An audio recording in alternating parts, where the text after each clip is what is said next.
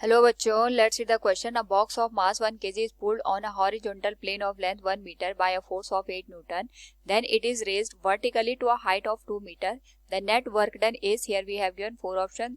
Now to answer this question, first we will discuss here the key concept, and here the key concept will be given as work done, which is given as force into displacement. Now question के according अगर हम बात करें तो हमारे पास एक box है जिसको हमने यहाँ पे हॉरिजॉन्टली 1 मीटर की लेंथ से पहले 8 न्यूटन का फोर्स लगा करके पुल किया, और उसके बाद हमने यहाँ पे 2 मीटर की हाइट तक रेज किया।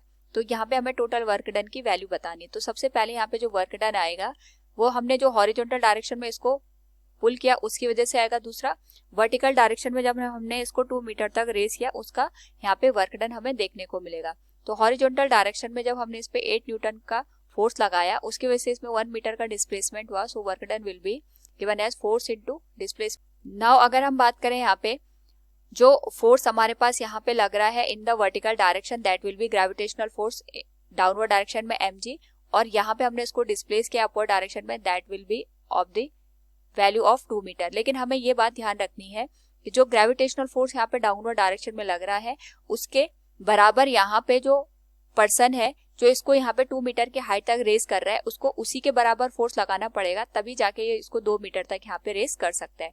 यानी जो पर्सन यहाँ पे वर्क करेगा उसकी मैग्नीट्यूड में तो जो वैल्यू है वो mg के बराबर होगी, लेकिन जो डायरेक्शन होगी mg के जस्ट अपोजिट होगी। सो यहाँ पे जो वैल्यू आएगी वो हमारे पास पॉजिटिव ही आएगी। So we can write here mg into 2।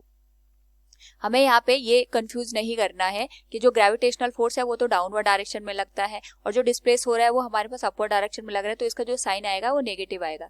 यहाँ पे नेगेटिव साइन हमने इसलिए यूज नहीं किया है क्योंकि जो एक्सटर्नल एजेंट है वो ग्रेविटेशनल फोर्स के बराबर यहाँ पे इस पे फोर्स लगा रहा है। So it will be given as 8 plus mass आ जाएगा इसका यहाँ पे 1 kg के बराबर, g की value 10 and it will B multiplied with 2। सो जो total value है it will become 28 joule. So from the given question we can say the net work done is 28 joule. Option A will be the right answer. Hope all you understood it. Thank you and best of luck.